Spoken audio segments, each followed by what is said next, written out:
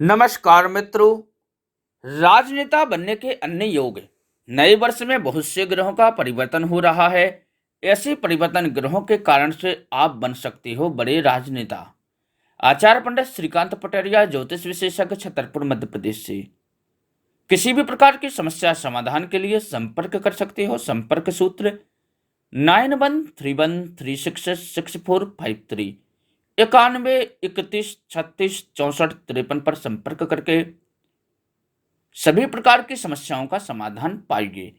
राजनेता बनने और राजनीति को कैरियर बनाने के क्रम में सफलता हासिल करने के लिए कुछ दूसरे गृह योग भी होते हैं।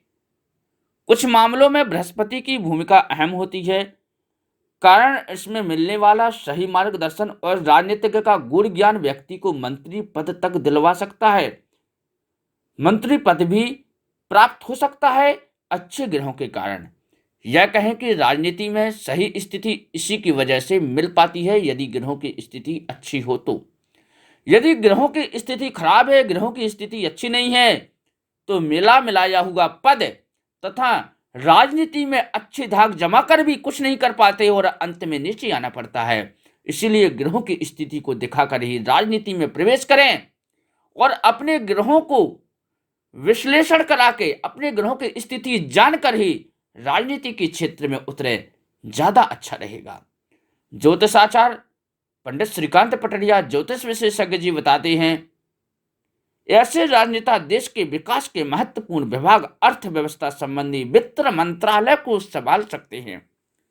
इसी तरह से जो बुध ग्रह के प्रभाव में होते हैं उन्हें मीडिया संबंधी प्रभार मिल सकता है, अर्थात वे राजनीतिक दल में प्रवक्ता की जिम्मेदारी संभाल सकते हैं, प्रवक्ता की जिम्मेदारी ले सकते हैं।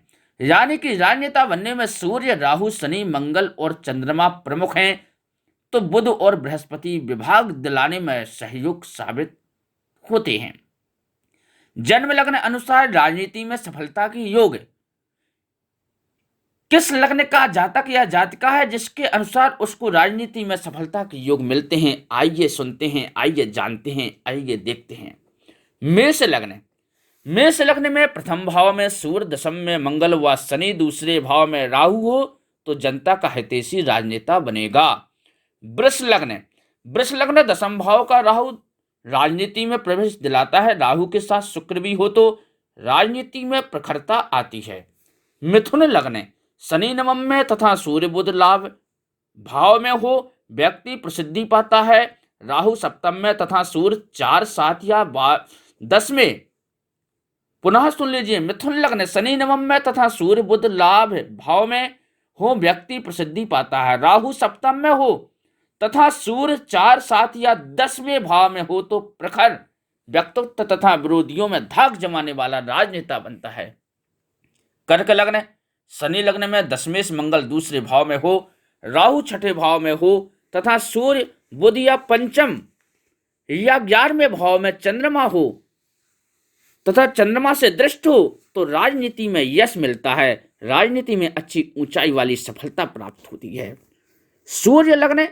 सूर्य, चंद्रमा, बुध व गुरु धन भाव में हो, मंगल छठे, राहु 12वें भाव में हो तथा शनि 11वें घर में हो तो व्यक्ति को राजनीति में तथा राजनीति के क्षेत्र में, विरासत में राजनीति प्राप्त होती है। राजनीति के क्षेत्र में अच्छा वर्चस्व होता है। यह योग व्यक्ति को लंबे समय तक शासन में रखता है। कन्या लग्न। दशम भाव में बुध का संबंध सूर्य से हो, राहु गुरु शनि लग्न में हो व्यक्ति राजनीति में रुचि रखता है। कन्या लग्न वालों को। तुला लग्न। चंद्र शनि चतुर्थ भाव में हो व्यक्ति वाक्पटु, अच्छे बोलने से एक राजनेता होता है। सूर्य सप्तम में हो, गुरु 8वें, शनि 9वें तथा मंगल बुध 11वें भाव में हो तो राजनीति में अपार सफलता प्राप्त करने वाला होता है जातक या जातिका। वृश्चिक लग्न। लग्नेश मंगल 12वें भाव में हो, गुरु से दृष्ट हो, शनि लाभ भाव में, चंद्रमा राहु चौथे भाव में, शुक्र सप्तम भाव में तथा सूर्य 11वें घर में हो तथा 11वें घर के स्वामी के साथ शुभ भाव में हो तो व्यक्ति प्रखर नेता बनता है। धनु लग्न। चतुर्थ भाव में सूर्य बुध शुक्र हो तो जातक तकनीकी सोच के कारण ही या तकनीकी सोच के साथ ही राजनीति करता है। मकर लग्न। मकर लग्न वाले चतुर्थ राहु चौथे भाव में तथा नीचगत बुध उच्चगत शुक्र के साथ तीसरे भाव में हो तो नीचगत राजयोग से या नीच भंग राजयोग से व्यक्ति राजनीति में दक्ष होता है। कुंभ लग्न, लग्न में सूर्य शुक्र हो या दशम में राहु हो, राहु तथा गुरु की दशा में राजनीति में सफलता मिलती है। मीन लग्न, मीन लग्न चंद्र शनि लग्न में मंगल 11 में तथा शुक्र छठे भाव में हो तो शुक्र की दशा में राजनीतिक लाभ तथा श्रेष्ठ धन लाभ प्राप्त होता है। केवल लग्न या कुंडली मात्र से राजनीतिक कैरियर या निर्धारण नहीं होता है। विशेष ध्यान दीजिए, केवल लग्न कुंडली मात्र से ही राजनीतिक कैरियर का जो राजनीतिक कैरियर है इसका निर्धारण नहीं होता है। विशेष वर्गों का भी विचार कर लेना चाहिए। इस मामले में लग्न कुंडली के साथ साथ कुछ वर्ग कुंडलियां भी महत्वदायक होती हैं। जैसे कि लग्न कुंडली में यह देखा जाता है दशम भाव अथवा दशम भाव के स्वामी ग्रह सप्तम से संबंध होने पर जातक सफल राजनेता बनता है, क्योंकि सातवां घर 10वें से दशम में है, इसलिए इसे विशेष रूप से देखा जाता है। साथ ही यह भाव राजनीतिक पद को दिलाने में सहायक होता है। छठवां घर नौकरी या सेवा का घर होता है। यदि इस घर का संबंध दशम भाव या दशमें से होता है तो व्यक्ति जनता की सेवा करते हुए बड़ा राजनेता बनता है या नेता बन सकता है और जनता की सेवा करता है। अब यही संकेत वर्ग कुंडलियों में भी दे रही हो।